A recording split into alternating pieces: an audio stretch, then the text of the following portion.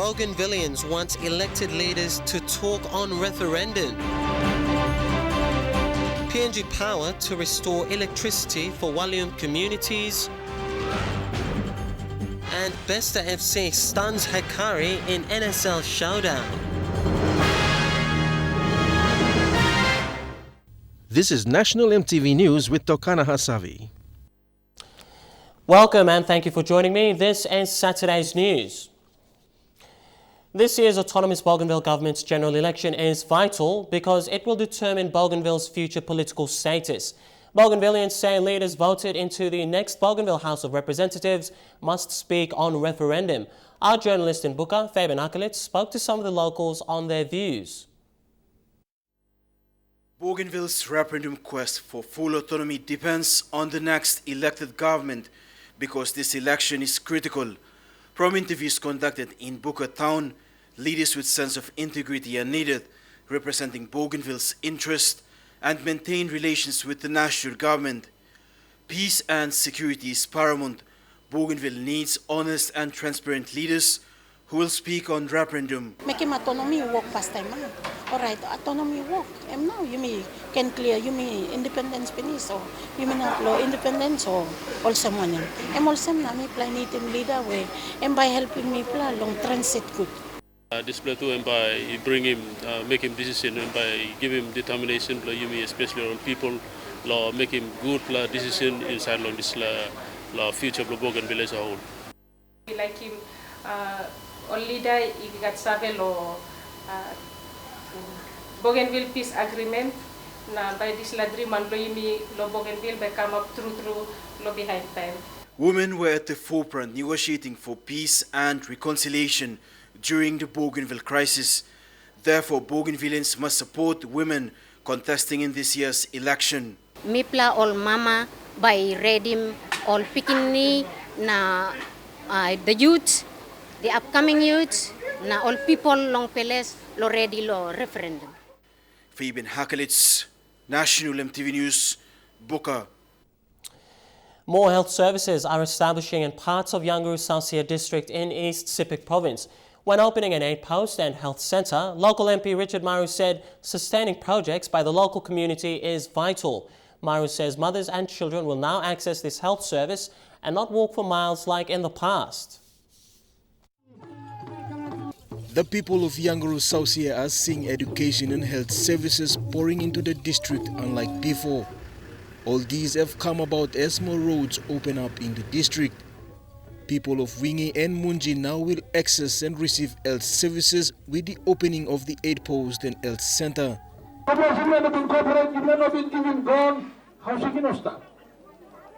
MP Maru says the district is working around the clock to upgrade facilities so people do not need to travel to other parts of the province.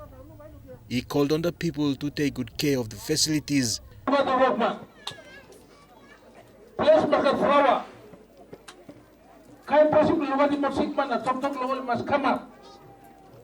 Meanwhile, the district will work closely to fund the health center with the help of the Seventh-day Church. Mission by employment looking for everyone. So there's no issue with funding. Funding is okay. 2014 DSIP funds were used to construct the Munji Health Center and Wingi Aid Post. Jack Lapave Jr. National MTV News. Meanwhile, Yanguru Sausia MP Richard Maru said the district is expected to receive its 2015 DSIP funds in the next 2 months. Maru says education will be a priority to receive first funding, while other areas will be looked at later. Hopefully next week by making some first funding, but this year's funding, I'm money by going school subsidy for beginning, even my primary institution, the other half by become back now local people because God must have first time. So God bless you.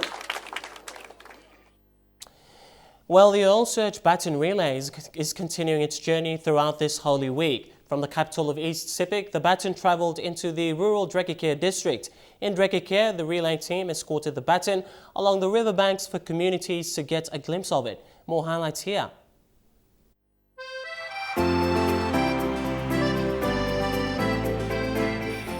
The team flew out of Wewak in helicopter heading to Drekakir, about a half-hour's flight away.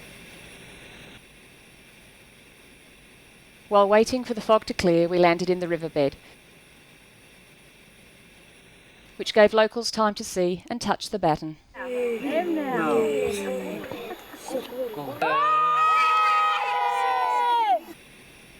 Then it was on to Drekakir. Let's see the highlights.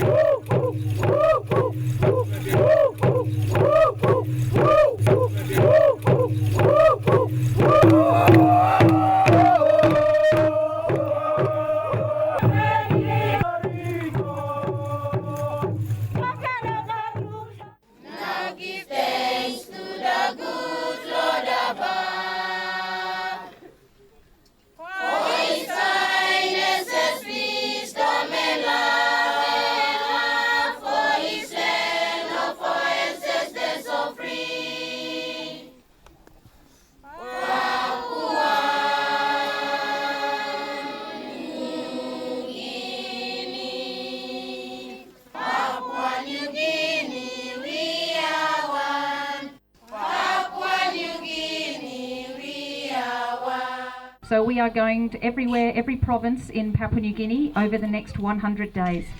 Now first time we are looking. Now we plan mas.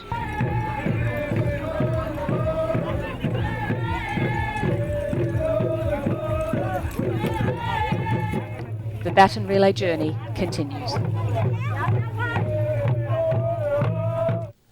Beautiful scenes from Drekakir. You're watching Saturday's news. I'll be back with more local stories after the break. Stay tuned.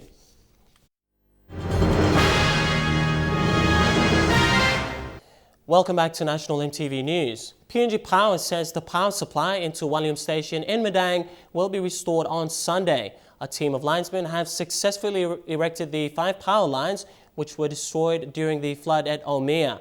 An electricity test was conducted at 4 this afternoon and the full power supply restoration will be made tomorrow. The news comes as a relief for residents and business houses in the Usino Bundi electorate who were living without electricity for at least 4 weeks. PNG Power says the delay in restoring the power supply into the area was the collapse in the 4 broken bridges in Madang. On the 10th of March, heavy rains destroyed a number of power lines in Omea, cutting off electricity supply for residents and business houses in Wallium Station. In the 5 weeks, Wallium residents and nearby communities resorted to using standby generators. The fall of the power lines has had multiple effects stretching right into Madang town. But with the restoration of the highway on Wednesday, it became possible for PNG Power to bring in new power lines and poles and replace the ones that were damaged. Communication and internet services which were cut off will also be restored. Tekla Gunga, National EMTV News. Investment in human resources is vital as this will generate a brighter future for Bougainville. Bougainville Regional MP Joel Lera believes education as an integral part of developing the autonomous region of Bougainville. 1 million kina from the 2014 Provincial Improvement Programme funds have been committed to assist Bougainville students studying in tertiary institutions around the country and overseas. Mr. Lera says this is the way forward in rebuilding the autonomous region of Bougainville. Resident medical doctors of Arawa Health Centre in the autonomous region of Bougainville have acknowledged the Rural Block Programme. The programme, supervised by Dr. Joe Villosi, has built their medical career to become professionals. These resident medical doctors appreciate problems experienced in rural settings. NTV's Fabian Hakelitz with more. The Rural Doctors Program, facilitated by Arawa Health Centre, has been acknowledged by resident medical doctors. Under the supervision of Dr. Joe Veloci, the program has hailed success over time. These are the 3rd batch of resident medical doctors who happily told MTV News it's worth experience, not only becoming spectators like in any other health facilities around the country when it comes to surgical procedures. With the Arawa Health Centre been allowing us to come here in the first place and giving us this vital exposure and at our training, and that's a very, very big bonus. The availability of the health facility has saved lives, time and cost, especially mothers from traveling all the way to Buka to access medical care. It has made it possible for mothers who face difficulties in delivering and also in other areas as well. Our health center may be called a health center, but it's actually functioning as a rural hospital currently.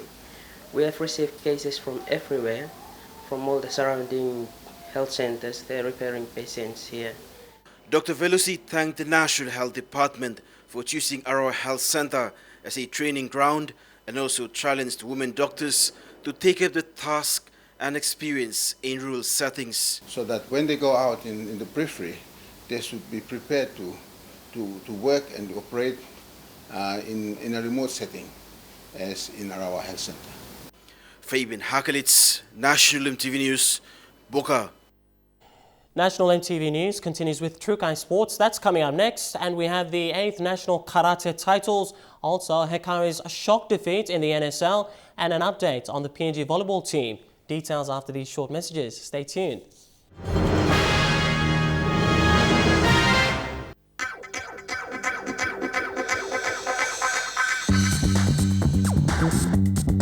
Trukai Sports.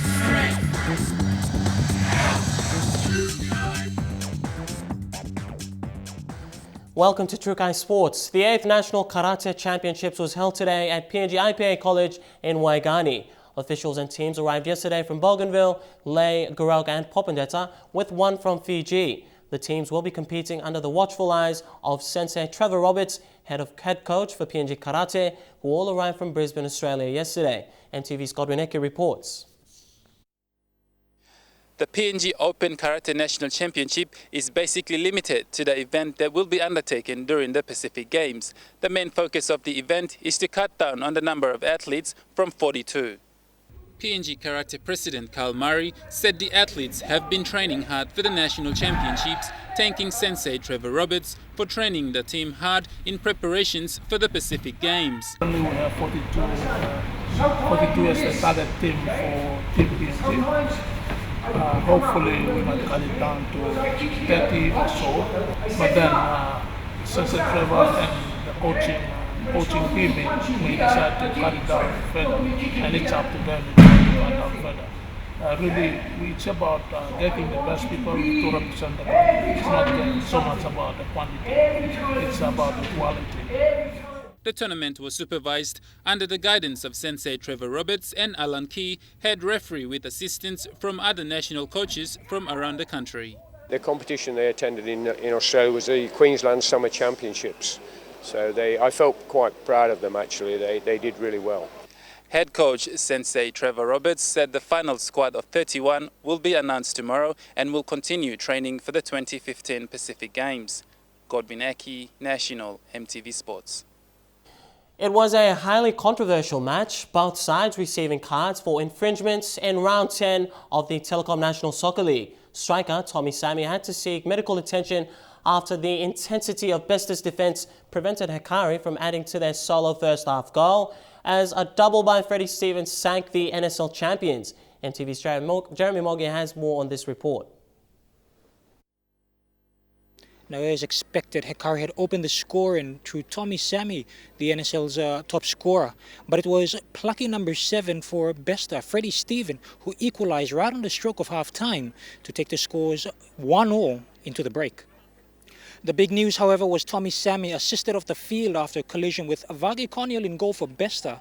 And adding even more salt to the wound, Joachim Warroy had to fight it alone until Kamajak made his return, coming in for the injured Sammy.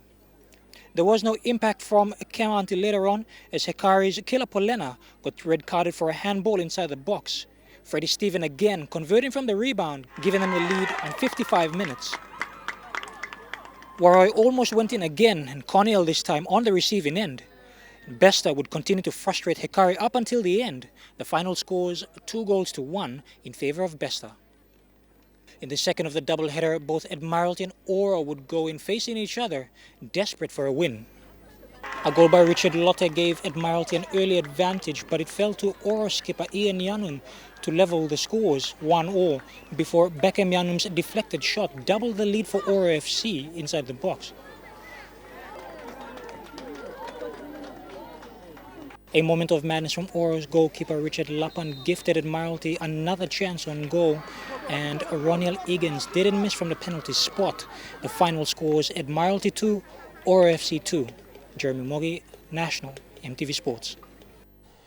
The PNG Armour men's volleyball team left for New Zealand yesterday with head coach Matthew Mallow with a total of 16 players. Matthew said the boys will have to show their best performance individually as the final squad will be selected from this event to represent Papua New Guinea in the Pacific Games. MTV's Godwin Eki has more.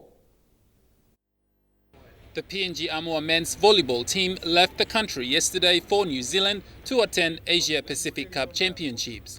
A total of 16 men's squad was accompanied by head coach Matthew Wallo following the women's team that travelled to New Zealand on Tuesday. The boys have been training really well under the National Coaching Director Mati Collins, myself and Assistant Coach Vela Ralewa, and also our HP training guys at HPTC. Mainly our trainer, Toa No. They've done a good job, and our boys has been, training very well and looking forward to the tournament. Mr. Matthew said 3 new talents were also scouted into the team who travelled with them to attend the Asia Pacific Cup tournament. Well, actually, we just returned from Thailand HP training 2 weeks ago, and the boys did really well, winning 7 games out of 9, losing 2. And performance was good, and we are looking forward to this tournament and hopefully come back with good results. Matthew said the final selection for the team will be determined by the tournament for both male and female, and that the number will be cut down from 16 to 12 players to play for PNG in the Pacific Games. Godwin Eki, National, MTV Sports. The Men's Lawn Bowl Championships kicked off today. This year's competition is hosted by Murray Barracks Defence Bowling Club. Also, clubs from different provinces have come together to take part in this event. Our reporter, Elijah Levet, was at the championships, and he has more on this report. Clubs from Bulolo, Mount Hagen, Goroka, Tabubil and Ley have all forged their forces to compete in this year's men's pennants title in Port Moresby. Competition is always held annually, and it is spread right around the sister clubs within Papua New Guinea. And this year it happens to be in Port Moresby, and Defence Club being the only bowling turf in the southern part of the country, it had the honour of hosting this year's national pennants for men. Although there are only 6 bowling clubs in the country, the sport once considered for the oldies is now seeing the emergence of a few young guns like 17-year-old Gariga Babona. Yeah, we have one of our younger players. He's only 18 years old. We took him on since 2010. He's now doing his grade 11 at Pomnex, and he's 18 years old. He's in the team. He's playing for Defence. He's on a training squad as well, representing Papua New Guinea, and he's also a master singles player as well. So he's only 18, so he's out there. He's also playing. This year's tournament sees the absence of Medang Lawn Bowls Club, giving the opportunity for Port Moresby and Central Provinces Defence Lawn Bowls to register 2 men's team. Team Ley are defending the title against the best in the lawn bowling fraternity. The women's title will be held later this month. Elijah Levet, National, MTV Sports. And that report ends our Trukai Sports segment tonight. The weather details coming up next. Stay with us for that.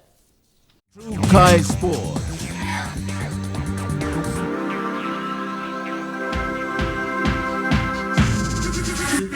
Trukai Sports.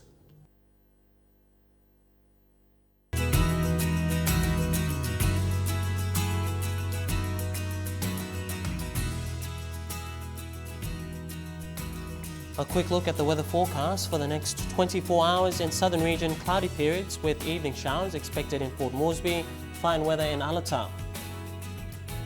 In Momase, late to expect brief showers. Also brief afternoon showers expected in Vanimo, mostly fine in Wewak. In the New Guinea Islands, fine weather expected in Lorengau. Evening showers for Kokopo and Rabaul. Afternoon showers in Buka. Light evening showers in Kimbe. And brief evening showers expected in Kavieng. And in the Highlands region, Mount Hagen, Mendi and Wabeg to look forward to showers then rain. Cloudy weather with rain periods expected in Goroka and Kundiawa.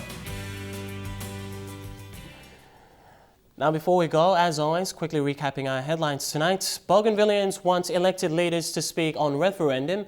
Also, PNG Power says electricity for Wallium Station to be restored tomorrow. And champion soccer club Hekaria FC stunned, and also they suffered their first loss in round 10 of the NSL competition. Well, that's been the news, sports and weather for Saturday, the 4th of April 2015. From the news team, I'm Tokana Hasavi. Thanks for your company. You take care and stay safe. Good night.